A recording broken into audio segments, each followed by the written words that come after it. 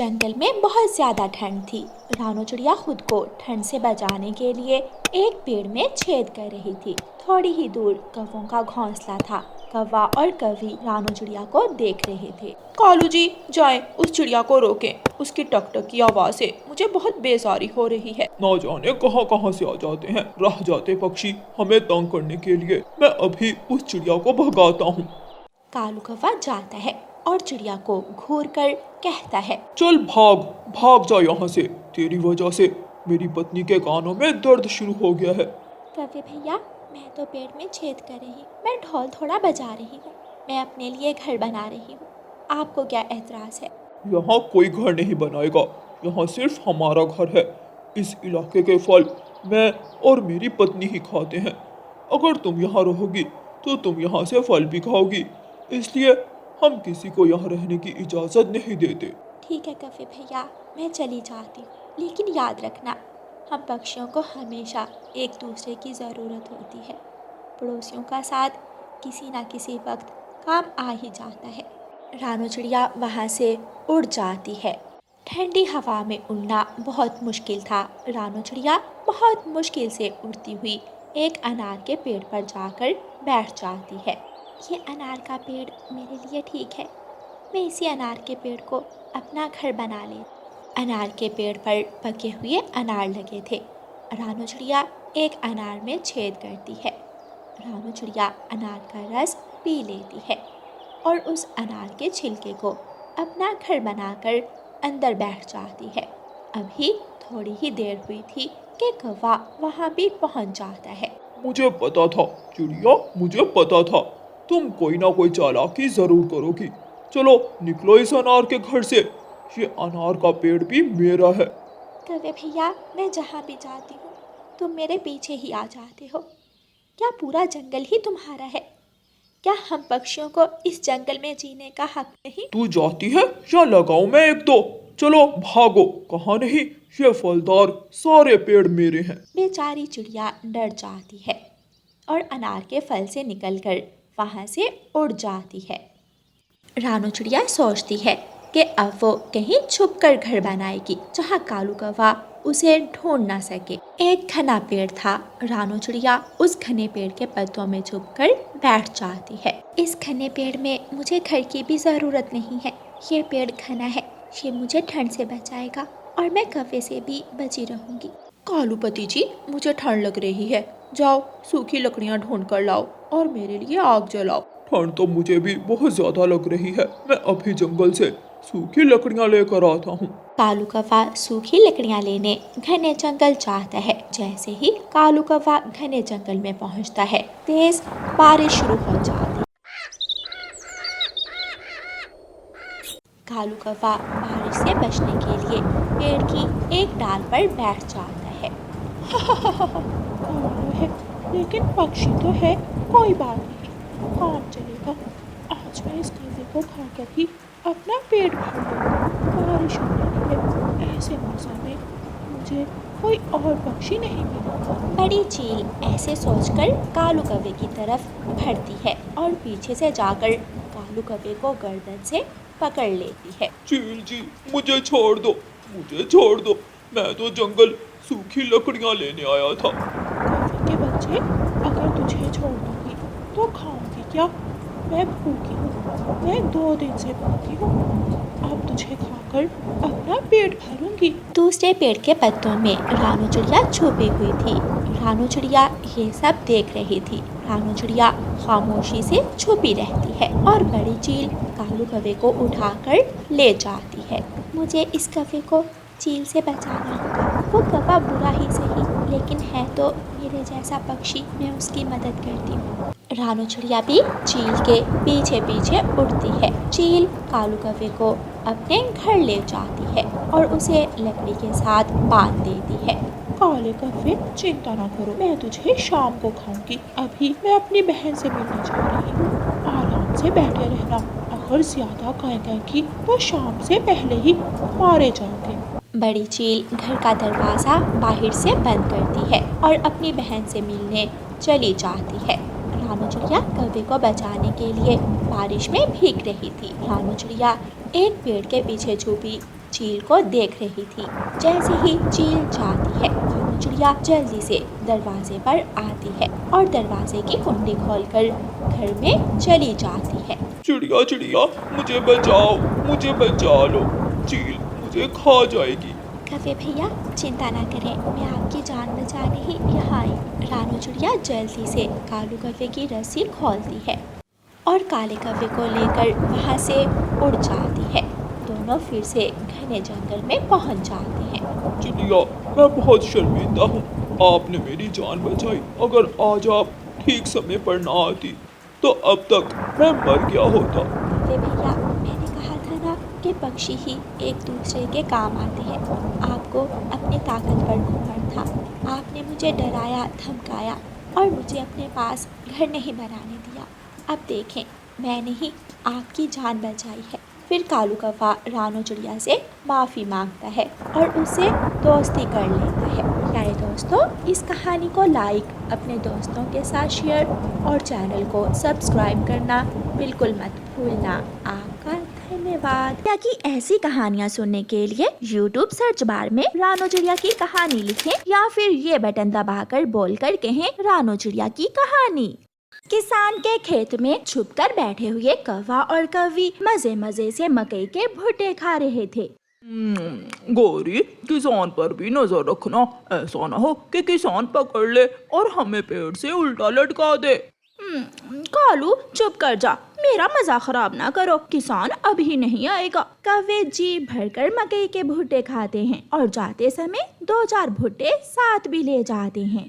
कौवी और कौवा जा रहे थे कि कबूतर उनके पास मकई के भुट्टे देकर पीछे आ जाता है। यार कौवे, मैं बहुत भूखा हूँ, एक मकई का भुट्टा मुझे भी दे दो। इससे पहले कालू कौवा कुछ बोलता, उसकी पत्नी गोरी कौवी बोलती है, ये भुट्टे हम बहुत मुश्किल से लाए हैं, चोरी करना आसान काम नहीं है। चल चल भाग यहाँ से, बड़ा आया मकई के भुट्टे खाने वाला। जिस दिन पकड़े गए तो कोई तुम्हारी मदद नहीं करेगा। चोरी का माल खाते हो, तुम ही खाओ, मैं नहीं खाऊंगा चोरी के भुट्टे। कबूतर वहाँ से चला जाता है। गोरी कौवी और कालू कौवा अपने घर पहुँच जाते हैं। मकई के भुट्टे, मम्मा मुझे बहुत पसंद है मकई के भुट्टे, खा ले, मेरा बेटा जी भर कर खाए। गोरी एक मकई का भुट्टा अपने जग्गू बेटे को दे देती है। कालू जी, एक मकई का भुट्टा मैं अपनी माँ के लिए ले जाऊँ, मेरी माँ भी खा लेगी। जो घर में होता है ले जाती हो अपनी माँ के लिए, जाओ ले जाओ।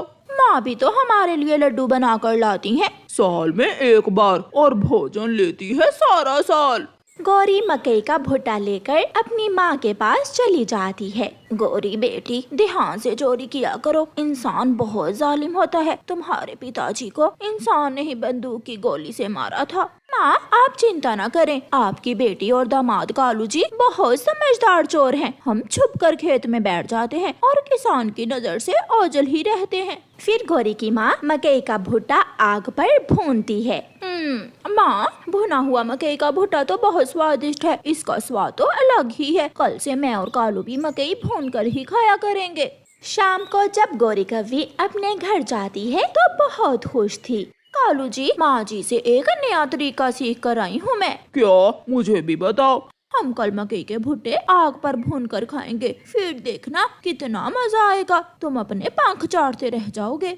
सुबह हो जाती है। कौवा और कौवी हर रोज की तरह अपने घर से चोरी करने जाते हैं। सामने चिड़िया बहुत तेजी से उड़ती हुई आ रही थी। कौवे और कौवी, नाना उस तरफ न जाना, आज वहाँ किसान ने एक तोते को गोली मारकर जान से ही मार दिया है। वो तोता था, कौवा नहीं था। छोटी चिड़िया, हमारी चिंता न करो, हम अपना काम करना अच्छे से जानते हैं। जिस दिन जान से जाओगे फिर पता चलेगा। कौवा और कौवी वहाँ से उड़ जाते हैं और किसान के खेत में चले जाते हैं। कौवा और कौवी किसान के खेत से मकई के भुट्टे तोड़ते हैं और खेत की दूसरी तरफ बैठ जाते हैं। कालू जी, मैं छिलके उतारती हूँ और तुम लकड़ियाँ इकट्ठी करो, आज तो मकई के भुट्टे भून कर ही खाएंगे। जल्दी करो गौरी, ऐसा ना हो कि किसान आ जाए।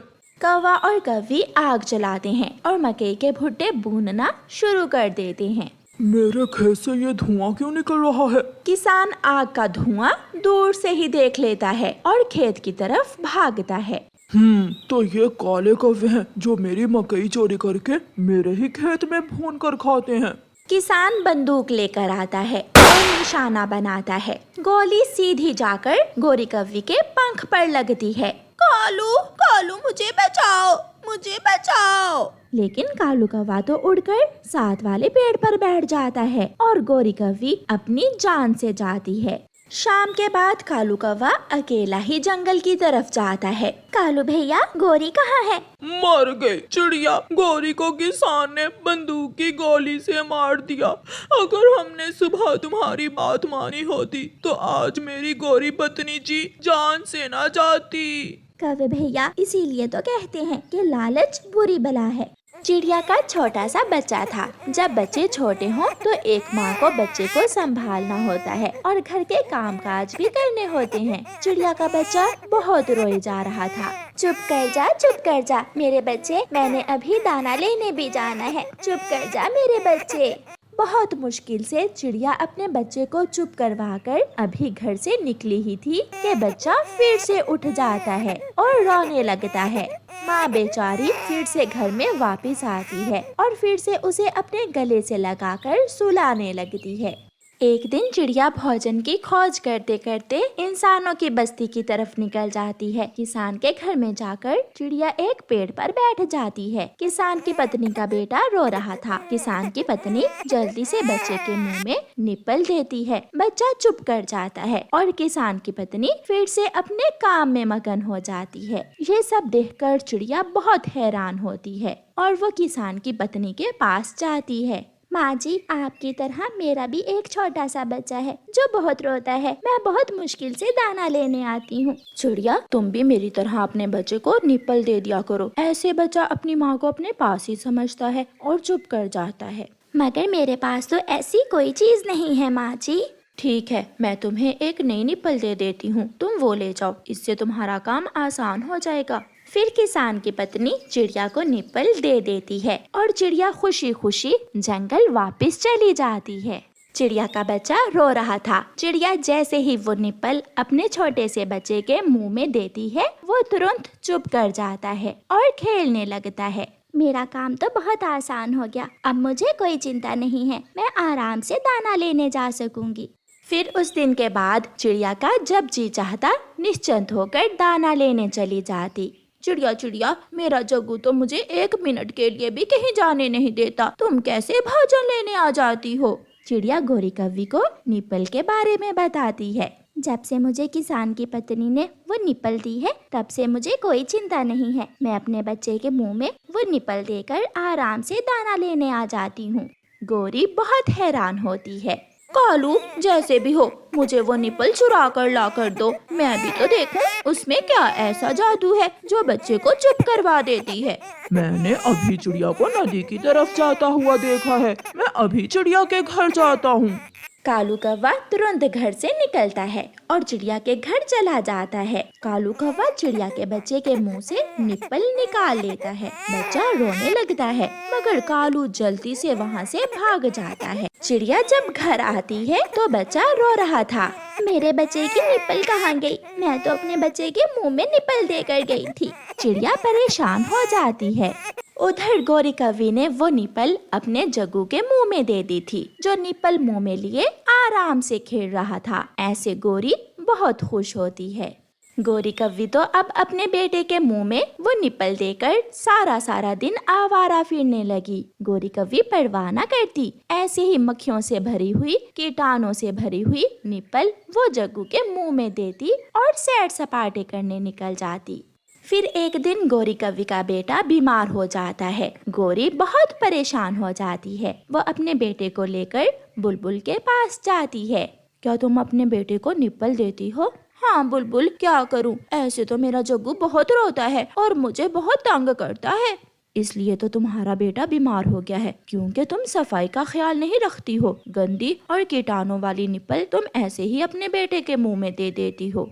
फिर गोरी को समझ आती है कि उसने ये सब बहुत बुरा किया। वो अपने बेटे की दवा लेती है और घर आ जाती है। दूसरे दिन जब चिड़िया गोरी कव्वी के घर के पास से गुजरती है तो वही निप्पल गोरी के घर की छत पर पड़ी थी। चिड़िया ये देखकर गोरी के पास जाती है। गोरी, मेरे बच्चे की निप्पल तुम्हारे घर की छत पर कैसे आई? चिड़िया, मेरा कालू पति जी तुम्हारे घर से ही चुरा कर लाया था, मगर मेरा बेटा तो उससे बीमार हो गया। मैं बहुत शर्मिंदा हूँ क्योंकि वो चीज मुझे इस्तेमाल ही नहीं करनी आई थी। गौरी, एक तो चोरी करना बुरी बात है और दूसरा, जब भी कोई चीज इस्तेमाल करो उसे अच्छे से धो लो ताकि कीटाणु साफ हो जाएं।